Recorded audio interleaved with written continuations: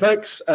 Welcome to people joining online, and hello to my students in the classroom. So this is an online event called Leading Change on Climate Change and Sustainable Development, looking at top-down and bottom-up approaches. I'm Andrew Reeves. I'm an associate professor at De Montfort University, and what I'm doing this afternoon is I'm teaching my master's students within our master's course in Energy and Sustainable Development and Energy and Sustainable Building Design. And one of the issues we look at within this course is the role we can all play in influencing change around sustainable development.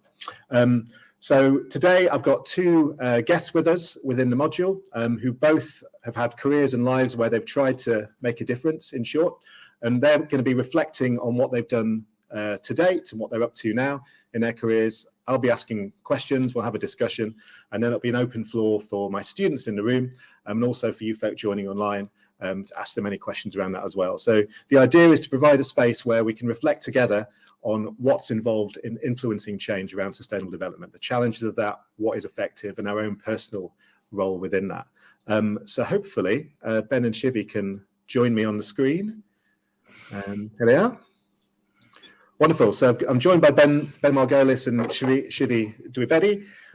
So what I'm going to do first is just invite you to introduce yourselves, what you do right now, and what you do in your kind of job role, but also maybe to give a flavour of your work life. What are you working on right now? And then we're going to build on that with a conversation. Shivi, can I go to you first? Sure. Thank you, Andrew, and hello everyone who's in the classroom and who's online. I'm joining you from Bombay in India today, and the weather is quite unlike where you are, and we're really also experiencing a heat wave. So this topic feels so relevant and kind of where we are right now. More formally, I lead youth engagement for the Climate Champions team, but happy to expand because this does not sound or make sense at all. I'm not a youth expert, but I'm happy to kind of explain where and rather what I do in my kind of day-to-day daily work life. I think everybody in the room is quite familiar with the Paris Agreement, which took place, in Paris at COP21. And post that, the next COP took place in Marrakesh. And by then, the conversation had already started that, all the parties or kind of the countries have signed up this massive agreement. But there's a massive non-state actor community, which is everybody apart from the government. So, students, universities, business, private sector, finance, youth, civil society, so different stakeholders, which also includes, by the way, cities and subnationals as well.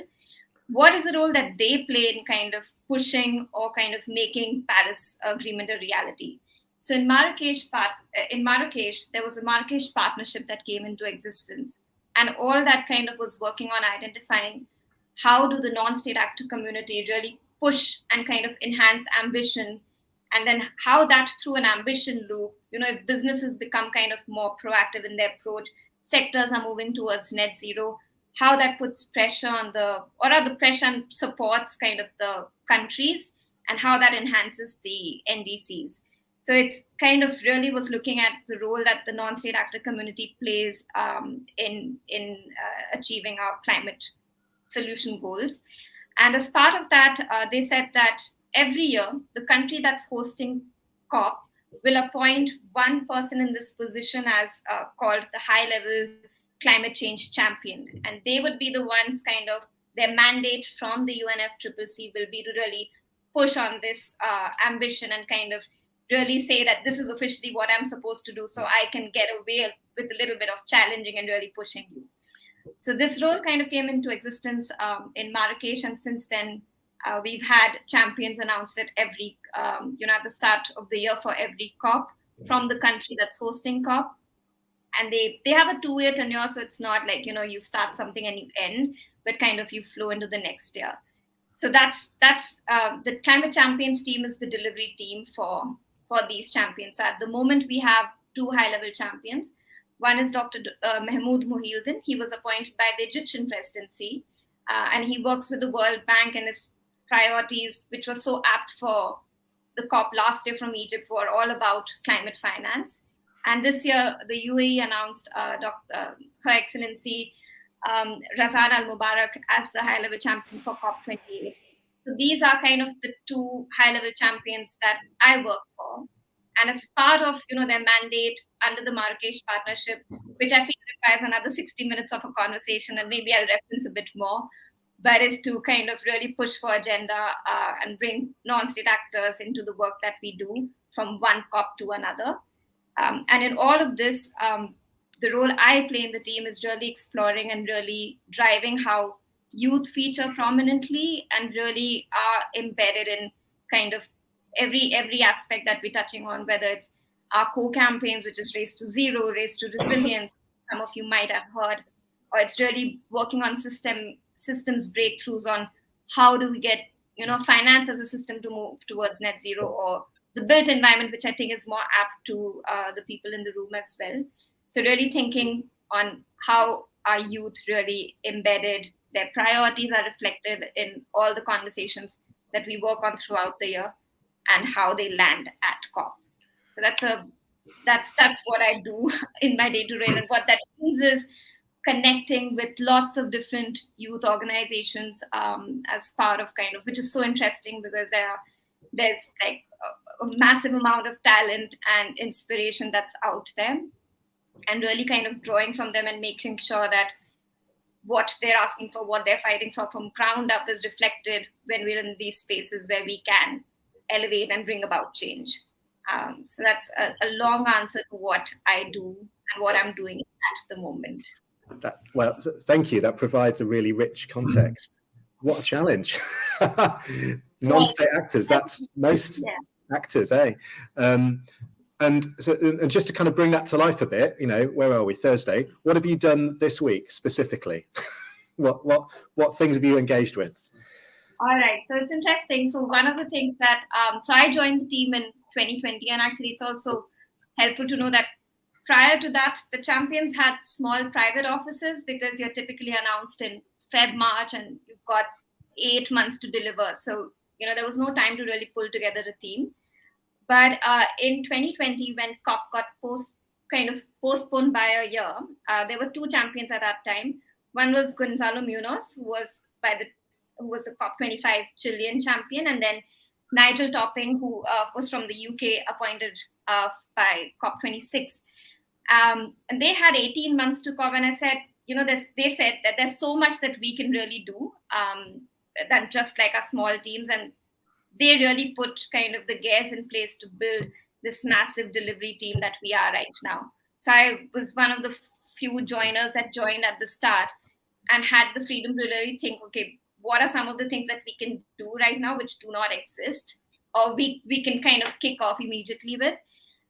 So we started a youth fellowship, which was to bring young professionals, those who are already experts inside, kind of focused on, say, emerging market finance, or built environment, or green hydrogen, but they're doing it from a perspective where it was from a need, or they grew up in a space that's what kind of was the solution, without really thinking, how that leads to a multilateral COP conversation, or how that fits into a Marrakesh partnership. So it was just a creative pathway to get young people to join the team and really kind of be in it and contribute.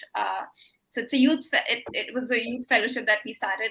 So we're currently in the middle of our third cohort recruitment.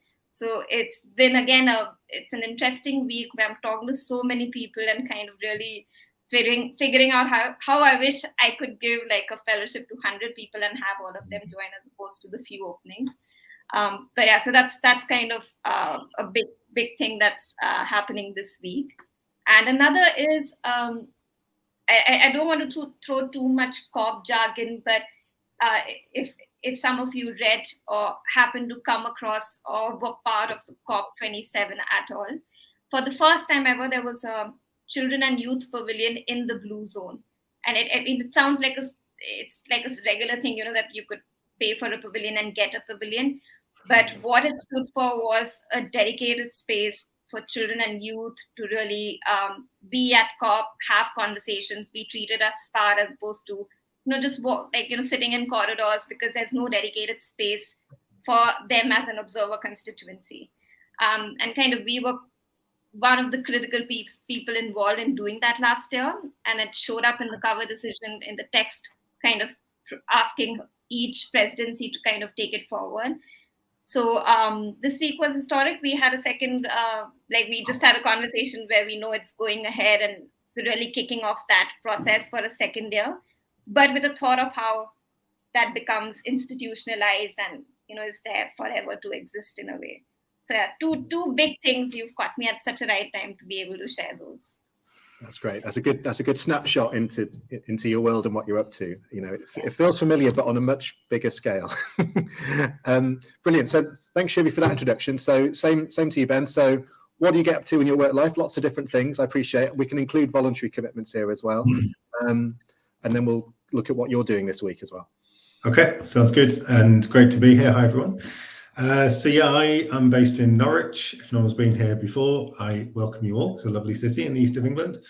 And I am currently a campaigns consultant. What does that mean? That means that I work with various different organizations, support them mainly with campaigns strategy, thinking about how they can strategically use their resources and mandates and partnerships and networks and so on to achieve success in the work that they're trying to do, and happy to talk more about the sort of work that I am doing at the moment. I come at that from a background that has ebbed and flowed from working on quite big global campaigns and interventions. Previously, initiatives like the Global Campaign for Climate Action and the Global Call to Action Against Poverty, which were both similar-ish efforts to bring together big coalitions of civil society organizations, non-state actors, to work together on some of the critical issues of our time, which working in coalition is a big part of what I do. And I think it brings a lot of benefits. It also brings a lot of challenges, which I'll be very happy to explore. I've also worked at a very local level. So for 7 years with my family, lived on a smallholding, a 10-acre smallholding in the east of England, where we ran sustainable growing courses, called permaculture courses, amongst others, and we welcomed people in the asylum system to come and stay with us. And I think my journey, if I can call it that, partly driven by the fact I'm from a Jewish family that has never felt able to settle in one place, because we've always been persecuted and thrown out of every place that we've tried to settle through history, has been one about finding where my role is in making change. As I get older, coming to accept that there are limitations to what I can do personally. Certainly in my 20s, I carried this burden that it was my responsibility to change the world, and realized that that carries with it a lot of ego, and probably, having grown up in the UK, quite a lot of colonialist mindset as well, actually, and coming to think a lot more about actually what's my particular role, what is a useful role for me to play given the skills and experience I have, but also given the fact that I have a lot of privilege that I bring with me because of my background. And that's certainly a dynamic that's playing out in civil society a lot and amongst donors and philanthropists. So most recently, I was the director of the Climate Coalition, which is a UK network of about 150 organisations working on climate change in the UK. And I chose to leave that role towards the end of last year because I just wanted some more flexibility in my life, to be honest. I have 2 small children, and that plays into it. And I'm really enjoying right now having the opportunity to work with lots of different organisations to support them in their strategic development. So yeah, that's me, Andrew. That's beautifully put. Thank you. And lots of themes we can return to later. And again, just to give us a flavour of what you're up to now in your wonderful, flexible work role, what have you been up to this week? So this week, I've actually mainly been working on one document, which is a strategy for a 2-year emergency campaign on international financial architecture reforms. So what I'm working with some organizations on at the moment is that there is some real political momentum behind reform of our international financial institutions that were established after the Second World War, and were established in a particular way that means that they are dominated in terms of power by global north countries, and which are right now sitting on trillions of dollars of finance, which could be allocated to developing countries, to global south countries, could be allocated for mitigation or adaptation for climate change, but for various reasons are not being. So there's a lot of momentum behind the idea of reforming these institutions to ensure that they're more equitable, but also to release the sort of finance that we're going to need this decade to finance the Sustainable Development Goals. There isn't currently a coordinated effort to push on the multiple fronts that are needed to be pushed on, and I'm working on a strategy to look at what that might look like. So that's been most of my week. Another piece of work I'm working on, really different but really interesting, is called A Million Conversations, which is a UK-based project to basically coming out of and understanding a recognition that we've done a lot of work in the UK and in other countries to depolarize the debate around climate change. If I think back to when I started in 2004-5, if you were ever interviewed about climate change, it was against somebody who was denying that it was even an issue. We've moved on from that. However, in the UK, partly because of our current government's approach, it's becoming a highly polarized issue again. So there's some people working on a project to sort of reignite a more depolarized debate around climate change, conversation around climate change, really reaching out beyond the kind of activist audiences that a lot of climate change campaigns reaches. So I've been doing some work on that this week as well. Both sound absolutely fascinating. Okay, and for the students in the room, this is kind of indicating the kinds of work that you might go into in the future in various ways. That kind of influence, policy, engagement, etc. There's lots of relevant stuff to what we've been learning about in this masters. So now we get a sense of who you are and what you do. Let's hopefully set the stage for a bit of a reflective conversation around how through our roles we can influence change. So I'll go back to you, Shivi, and next question is around just an example of a time where what you've done in your work life has worked out really well. So something you're proud of. Could you tell us a tale of success, which could be big or could be small, could be very modest? Yeah. I think it was, I'm again going to talk about the pavilion, because what COP always means is, at the end people say, well, it's just a big conference and everything is already decided in the process. But it's also a lot of who shows up and how do you show up, and kind of, the conversations that happen on ground, like people get to meet, especially after a long stint of COVID, where a lot of things were virtual. So there's part in kind of the collective coming together, which helps breaks down a lot of the barriers that you can otherwise have. So I've not always been focusing on youth per se. I think this is just something as somebody coming from the global south into a role which was really looking at how do you be inclusive in bringing stakeholders into the conversation. I think I also want to share that the definition of UN as youth is 18 to 24. I'm definitely not in that bucket. And also want to share with people that UNFCCC recognizes 35 and under as youth, which a lot of people say, 35 and under is not youth. And I've been asked a lot, that how are you leading youth engagement? And it's always a question I find difficult, but also rather easy.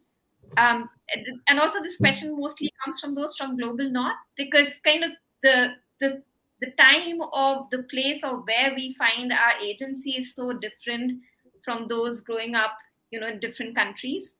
And just by where we come from, growing up, I saw so many, we still see, I live in India, I've always lived here.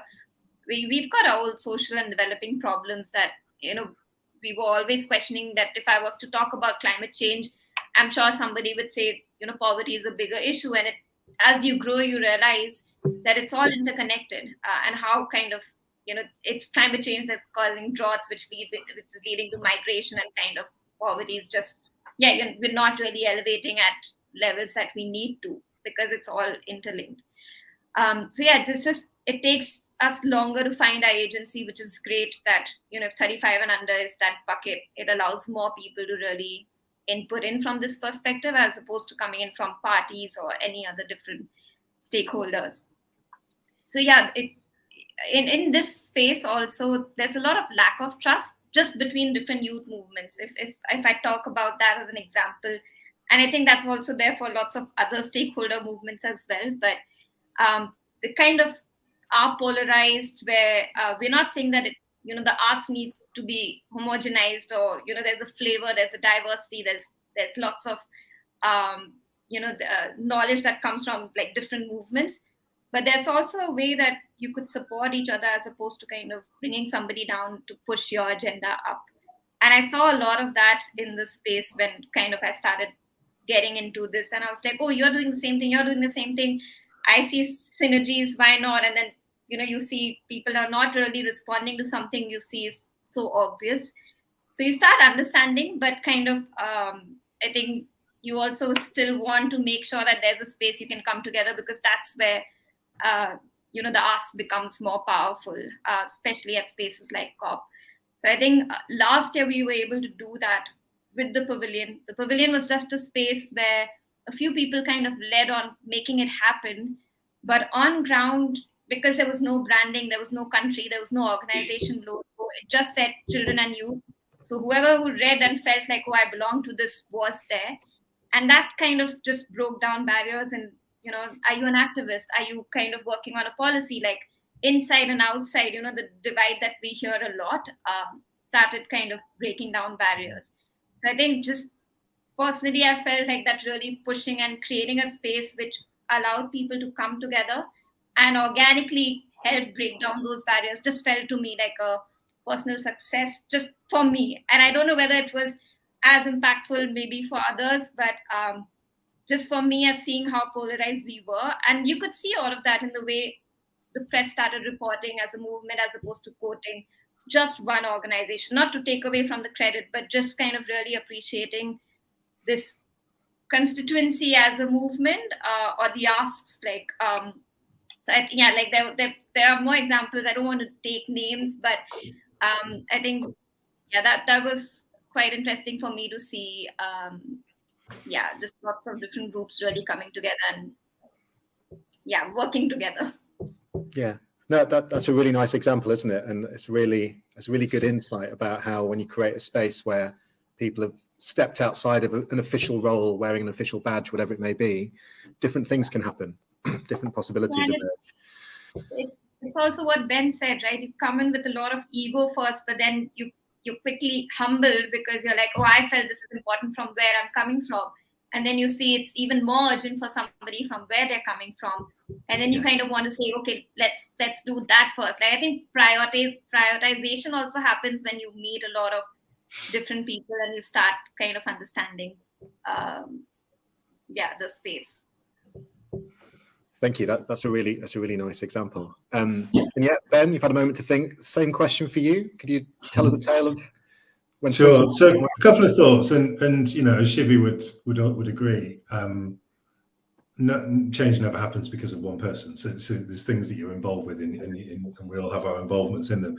So two things really briefly that I've felt inspired by and have really influenced my sense of how change happens, I suppose, that I've been involved with in some way. One is, I mentioned briefly the Climate Coalition. So in 2014, there was a similar coalition called Stop Climate Chaos, and Stop Climate Chaos was really campaigning with and for what we call activist audiences. So people who are in the bubble, already in alignment with messaging, and all of the analysis suggests that's about 10% of the country in the UK. 10% of people in the UK are activists in the bubble. We are never going to make change happen by only talking to the same 10% of people and expecting somehow we're going to get a different outcome. So the people, I wasn't involved at the time, but the people working with and around Stop Climate Chaos and big strategy sessions in 2013-14, which led to an entirely new strategy.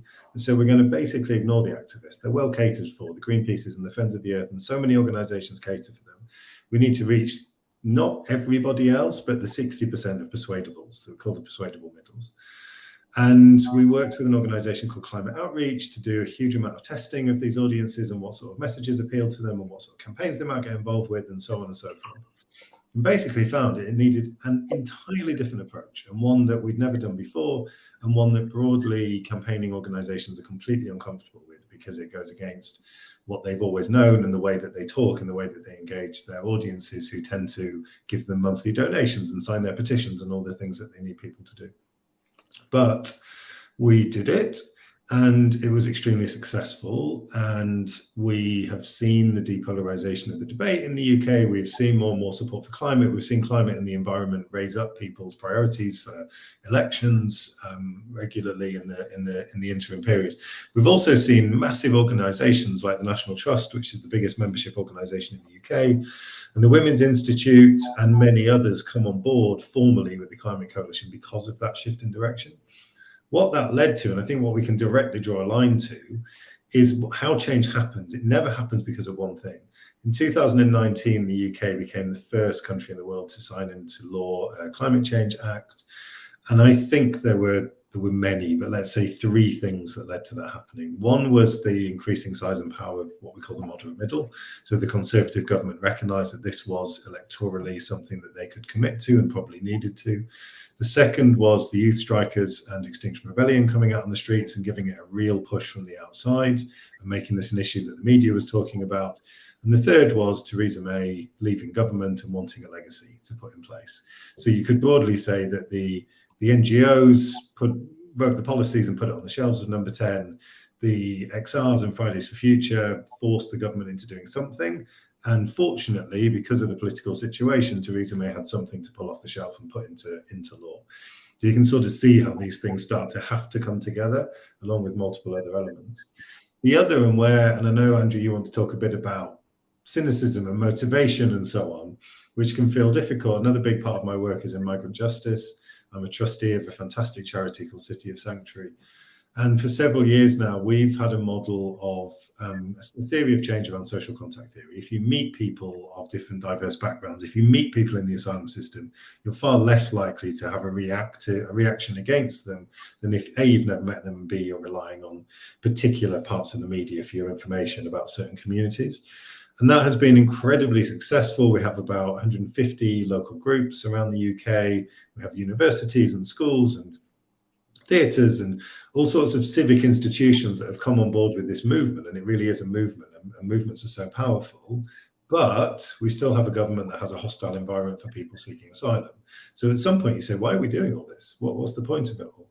But change happens more and more. I think we're aware that change happens at moments of crisis. Real change only happens when there's a rupture in the system that allows for new thinking to come in, whether that's a financial crisis, a pandemic like the COVID-19 pandemic.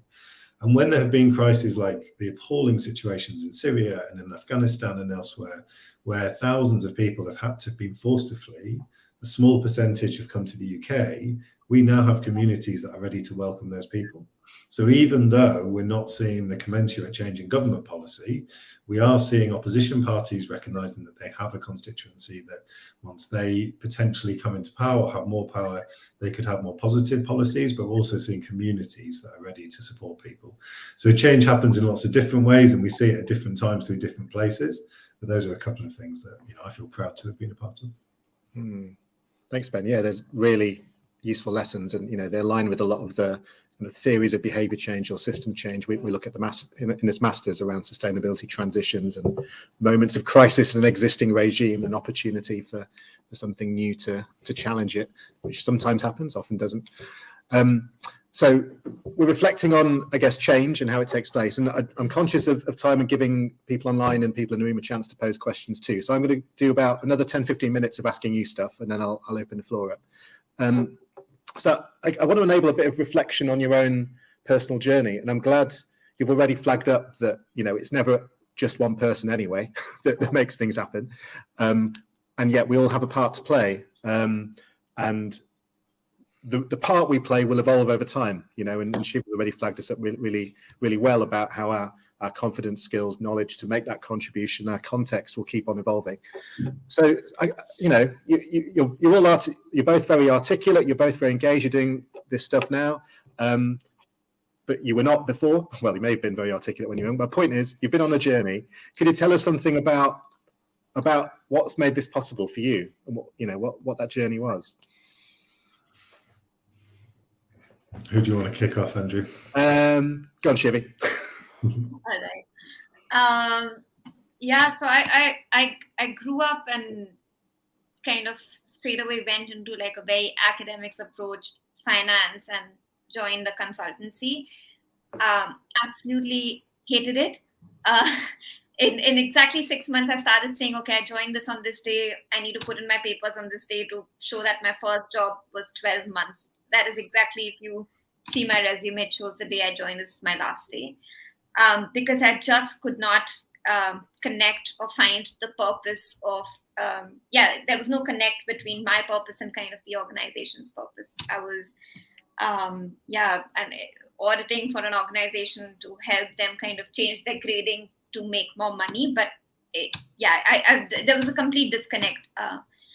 And at that point, my sister, she's kind of she's a human rights lawyer, not practicing at the moment, but I'd grown up seeing her really go into spaces which had experienced communal rights, and I always wondered that why is she choosing such a tough life when she could be doing something a lot more easier. And when I felt that disconnect with purpose, I realized, oh, that's why. So it took me some time, but then kind of I went volunteering for 6 months. It was part of a British Council program because I wasn't sure that I want to make a switch based on a whim of what I was feeling and can I really offer? Do I have something to really offer? And that really changed me. It was more that me realizing that, and that was also the first time actually as part of this exchange. It was 3 months in the UK and 3 months in India. And it was a mix of UK volunteers and Indian volunteers. And I was actually in Manchester. So that's the first time at the age of 22 that I've traveled outside India and straight away to Manchester, only to realize that the same social issues that affect us in India are kind of what I was working on ground. Like I realized that smoking was the biggest threat to life in Manchester, something, not something you read in your newspapers in India. And that's what I was working on. So it really gave me a sense that the issues are just the same, whether you're developed or a developing, and there's a role that if I from India could play a role in UK to kind of work on something like that, there's definitely like a lot that I could be doing. So based on, I think it was a realization that I have a lot to offer, because before that there was just a lot of self-doubt on what can I actually do, what skills do I have. I was going into a consultancy, what can I offer?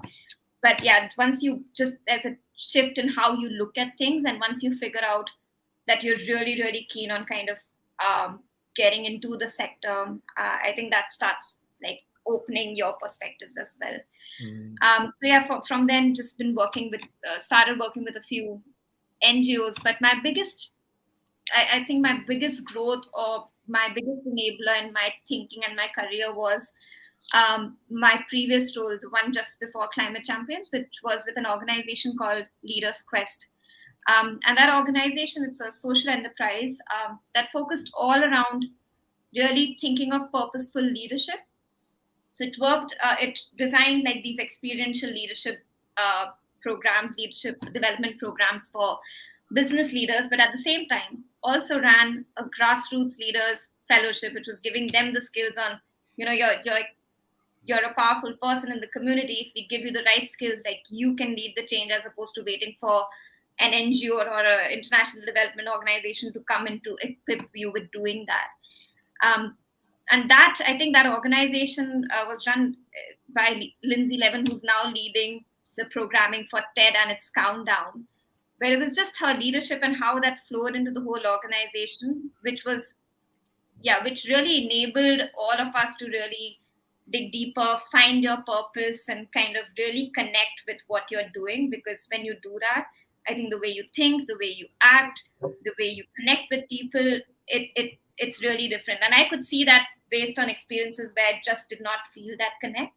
So I was reflecting a lot on kind of how, or rather where have I been on this trajectory. And I think I owe it a lot to kind of the people or the teams that I've worked with or seen their leadership styles, which has really helped me the way I think, the way I take decisions, the way I would approach a partnership conversation.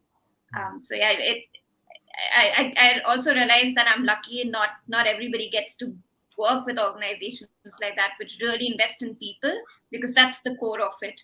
But yeah, I think that was such an enabling environment for me, that it made me feel, I could do anything. And that's when you start thinking, oh yeah, people are really investing in you, it gives you a lot of confidence, and it starts making you take bold steps and really putting yourself out there, which I would not have done had I not had that space in the time where I was. So I feel that's been, and that's where actually I met a lot of people, and that's where I got introduced more into climate. So we were working with businesses, and Paris Agreement had just came into place, and one of the programs we did was with all the leaders working in climate. So really carving out a space for them to saying, you've achieved something big. Now, how do you rest, recover? How do you build on your leadership for the next decade? And that was, again, like so fresh that we've just achieved something, but we're pausing to think on how do we build ourselves up to deliver, as opposed to what are the programs you're running on ground. So it was, yeah, investing in people, really setting them up for success, which I feel hopefully I'm able to do in the spaces that I get to be a part of or I get to curate. That's a great thing. There's so much in that, and I think I'm thinking, for the students in the room here as well, it's it's not just that kind of external facing story of the projects we're doing, the influence we're having. A lot of this is an internal journey of knowing what's important to us, how we can try and put that into practice, and then there's that definite good fortune and what have you involved in that, but providing people with the opportunities to do that, and an enabling environment is so key. It's a thing, in my role here at De Montfort, I'm very focused on around trying to provide that environment for our students to have a similar experience. That's what we want for all of our students. So yeah, thank you so much for that reflection. And yeah, so Ben, similar thing for you. What were the seeds of your career? What's the kind of story of how that unfolded? Yeah, I mean, I always find it a really hard question to answer because a lot of it is luck, let's be honest. And I feel very fortunate. But I mentioned before, my ancestry is definitely a driver for me. The coming from a family which is imbued with stories of persecution and horror and the desperate need to create a better world for our future generations, and increasingly not seeing those future generations just as our own children, but the world's children, and nature and biodiversity and all the wonderful things that there are. But actually, it's funny with Shivi here, because practically it was landing in Mumbai, in Bombay, when I was 19, coming out of a nice little town in Yorkshire, and suddenly being confronted by the extreme poverty as I saw it at the time on the streets of Mumbai, that really led me to question what pathway I was taking. And then I worked in China for some time, which was very interesting, living in a country with very different political system and very little freedom of expression or thought. I was teaching in a university there and had found it a very limiting experience, and wanting to break out from that, and did a master's myself at Leeds University in international development. But as Shivi says, it's a lot about people. It's a lot about making the most of the opportunities of people that you meet on the way. And you never know when that's going to happen and where that's going to happen. And I could name 10, 15, 20 people who during my formative years were just endlessly inspiring. And one thing somebody once said to me is, don't ever be afraid to ask someone for advice. And I know I would look at these people as somehow seeing them as above me, as people in very powerful positions or high profile positions. And I thought they wouldn't have the time. But actually, when you ask, people do have the time, and they want to make time, and people like being asked. And I quickly became used to, I worked in a charity many people have heard of, Oxfam, enormous international charity, and I worked at the headquarters in Oxford. And I realized that the chief executive was more than happy to stop by my desk for a little chat, and you can learn so much from those little interactions. And that gave me the confidence and inspiration, I suppose, to carry on. But then the other thing for me personally is living on a farm with people in the asylum system who'd been forced to flee from persecution, who were able to find the joy of the little things, were able to find the joy of the interactions with the children in the village, were able to find the joy from planting seeds in a polytunnel on a cold morning in April, and really thinking, if the human condition is that despite trauma, despite epic trauma, these individuals are able to find joy in the small things, then I can as well, and let go of the idea that I'm going to change the world, do my bit, see where my position is, find out what I can do to contribute, but find joy in the small things. And that's what keeps me going on a daily basis, I think. That's I might throw that point your way as well, Shivi, because one thing I was wondering about is around what, when you are in a role trying to make change happen, and so often the systems we're trying to change are very stubborn and they stay as they are. I don't know what helps you to sustain yourself in your efforts. So Ben's offered maybe part of a reflection there for you, Shivi. I have reflected. I mean, we work in a system, and I'll quote Nigel says that it often feels like these systems are made to kind of not work in a way, because it brings up more issues in a conversation as opposed to solutions. But he was reflecting that, otherwise nobody else is listening to these issues at a global platform. So it's also important to have a space to kind of just share what's not working. I switch off. I mean, because one of the things that this virtual world allowed us to do was to, work in roles like this, which otherwise would not have been possible. Because what are the chances of a champions team having kind of a whole team set up in India? It's kind of in the negatives, right? So the part that it was set up as a virtual in the middle of COVID really changed things, but it also comes at a cost where kind of trying to find your evening balance and all of that. But yeah, I switch off. I play the piano, which you might see. That's something, really taking that time out. So really finding time for things that give you joy, which might have no meaning. So it's not about, catching up on news or anything like that, but just things that help you switch off. Because as Ben also said, this climate anxiety is real. And it's not just climate anxiety. I think it's anxiety that things are moving so fast, like you've got to move from one COP to another. Like this is what you need to kind of achieve or push the dial on in such a short period of time, that everything feels so urgent. Like you can never say, I can look at this, in 2 months or 3 months. So I think just to break down that urgency, it's about finding things that help you really slow down the pace and switch off. So for me, it's music, whether I play or listen to others. But yeah, it also helps you kind of just get away from and realize that life is good. Things will still move on. I can work at a pace that works, and hopefully we will still be able to bring about change. Indeed, yeah.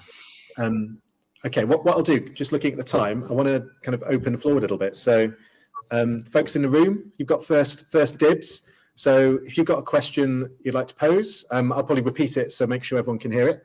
And I've got one question so far from people online. If anyone else online wants to throw in a question, we'll come to those towards the end. But anyone in the room would like to pose a question? What's the criteria to choose these high-level non-state representatives for the champions, climate change champions, and what possible potential do the indigenous people have to get these roles?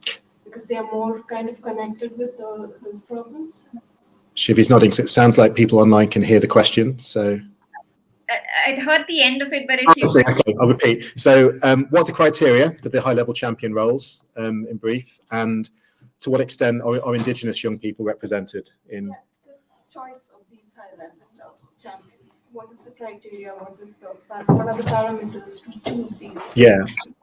How are these high-level champions chosen, That's an interesting question, and not something actually I have full visibility of, but it is taken in a place where people are coming from the region that is hosting COP. So those who understand the socio-political, cultural aspects of the country, because it is very much also the focus of COP is not just on the themes, but also on the region that is attracting like all these people that are coming in, and uses that as a base.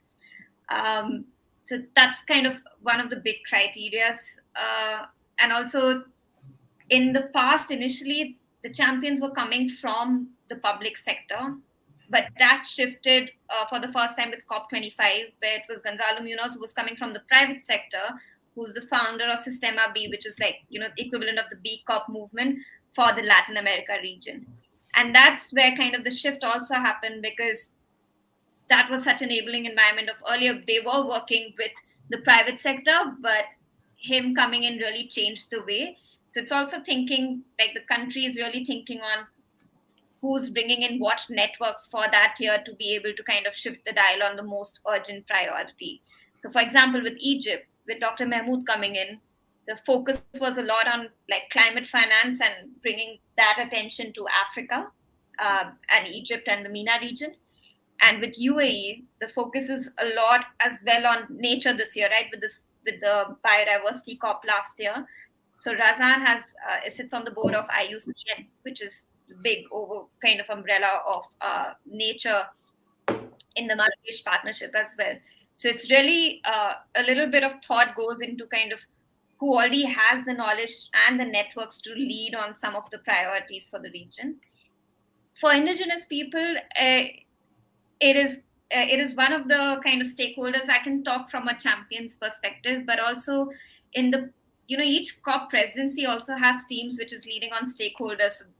For example, there's somebody tasked really to think of how indigenous people are being brought into the entire COP28 processes and what can be done to ensure their better representation from an inclusion perspective, but as well as in delegations and all of that. So, for example, they kicked off under the youth. This year, UAE has announced an international youth delegate program, which is about getting 100 young people to COP, with emphasis on those from indigenous communities, from the SIDS states, as well as from the least developed countries. So they're thinking of how to do that. From a champion's perspective, like how I lead youth, there's also a team that's working on really thinking of how our indigenous people feeding into kind of their priorities are really included into all that we're doing. So it's a similar kind of work where we work with, there's a observer constituency under the UNFCCC, which is specifically of the indigenous people. So really working with them on understanding, they represent kind of the global cohort or priorities. So really working with them. So I won't take up more time, but yeah, there are teams that are set up really to think, because we recognize that they've been historically been marginalized in the process and not really being included when they are the ones who are right at the front line.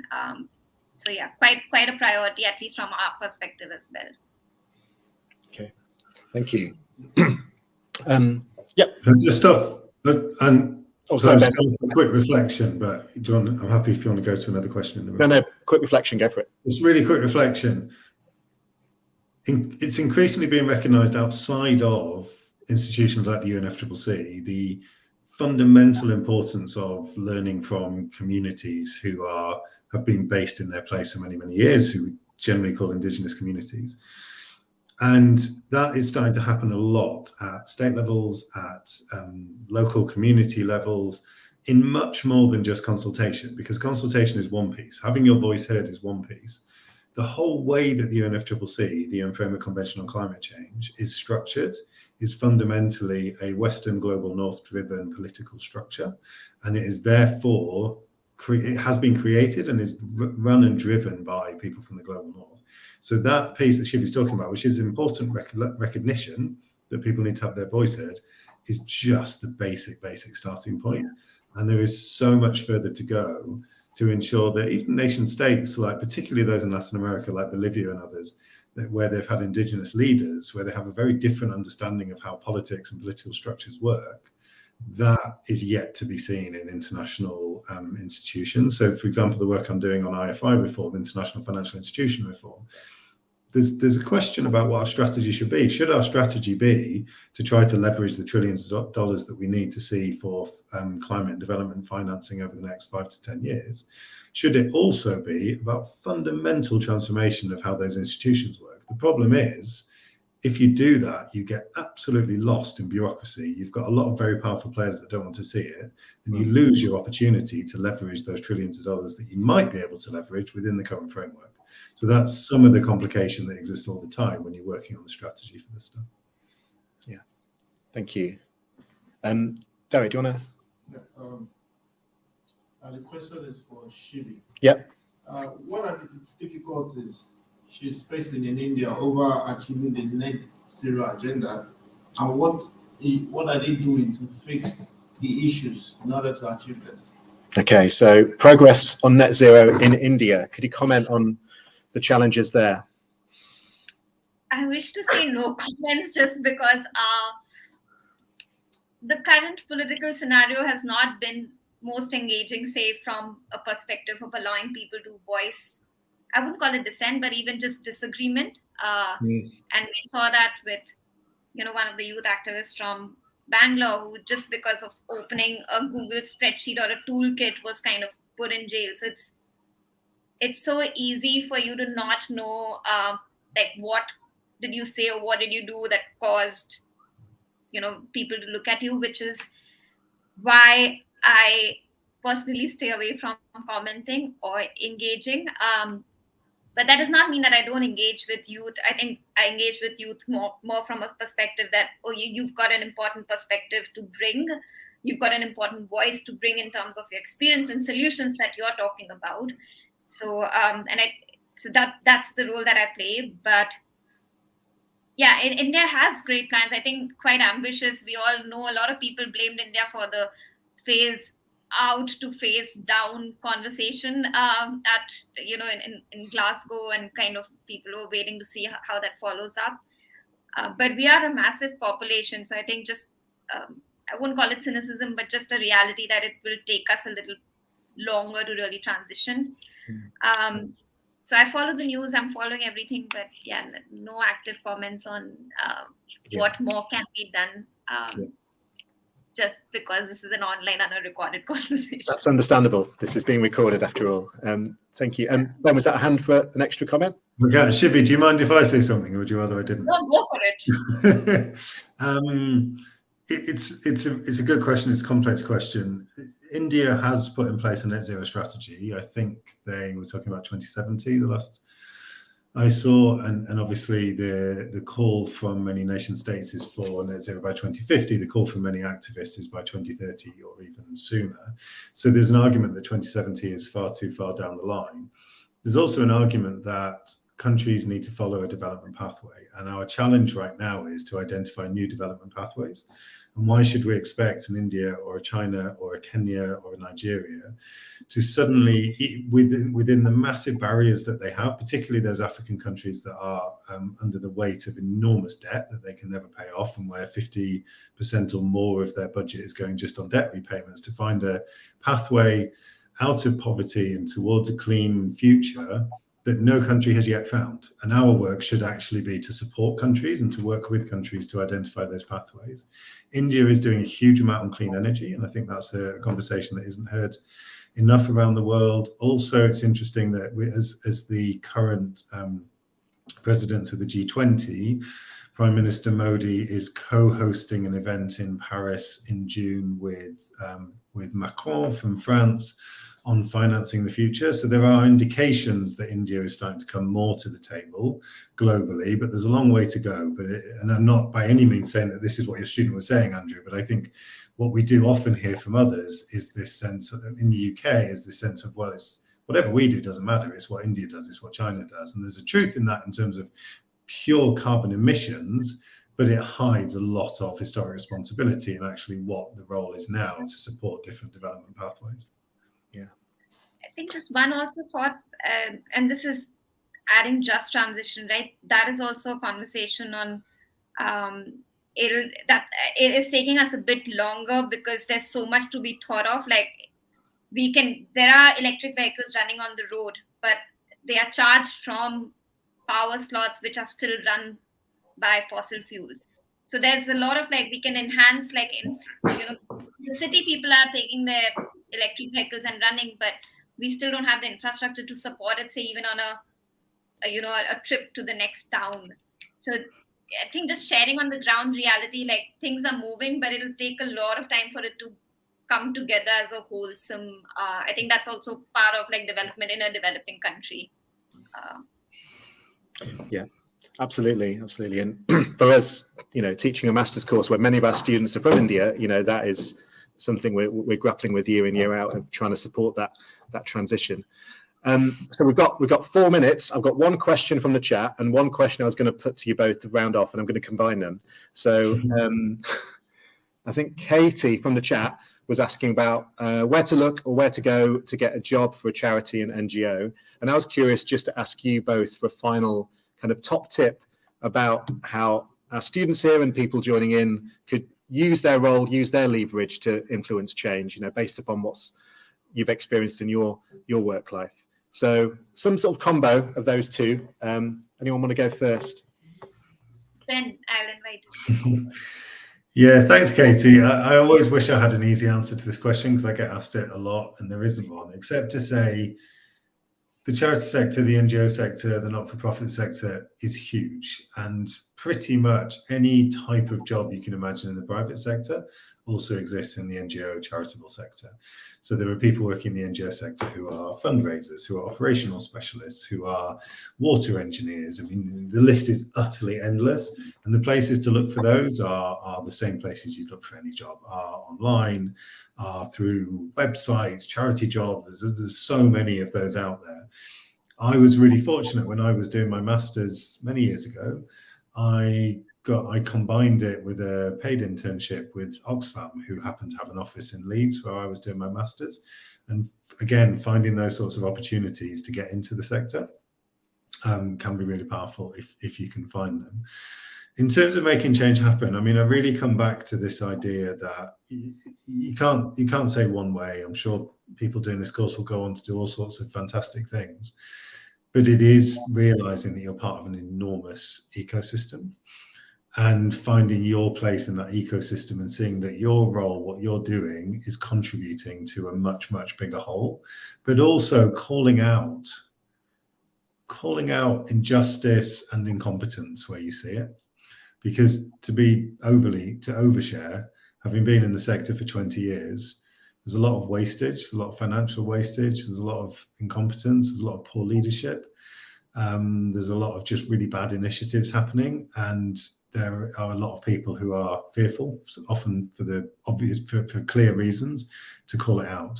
But I think we've all got a responsibility to find ways to do so, to try to drive our sector to be as impactful as possible in the future. Thank you, Ben. Sorry, Shivi, you'll have to be quite brief because we're looking to finish by 3. Yeah, I mean, Ben already answered, but for Katie specifically, I think just a couple of global youth organizations are a good place to follow as well. They do a good work with like shouting out opportunities in other organizations, and maybe, as well as LinkedIn. So I think following a couple of global youth organizations, especially in the sector that you might be interested in, would be a good place for you to know what's happening and where jobs might be coming up. I think Ben said it, work on change where you are. Don't be afraid on calling out. That was exactly, we try to say, I need to work with the UN to bring about change. But it's about just, bringing about change in the framework or the spaces that you are. Like, it makes me question that there was so much that I could have questioned my university on, for example, like, where is your electricity coming from? Or just small, simple things. But you tend to just be quiet through all of it and then reflect later on like big changes that you could have done. But it just starts with a small conversation. So tap into your own networks to see first, or just where you are, to see what change you could bring there. Yeah, really good point. And yeah, it's exactly what I think we talk about in this module and this master's as well, which it's really good to hear you affirm that from your experience. And also just to add for you, Katie, we're doing events at DMU in the coming few weeks about making a difference to sustainability through careers, jointly with the careers team and the sustainability team. You can always just drop me a line or email sustainability@DMU to look for details about that. Same for anyone else listening in. So I should wrap things up. So big thanks to Ben and Shivi for joining us. Big thanks to Sandra behind the scenes for making this run smoothly, and for everyone who's joined us online. For me and my class, we'll go on and have our final afternoon of our module. But you've given us lots to think about. So really grateful. So thanks both. Thank you. So much. Thanks, Ben.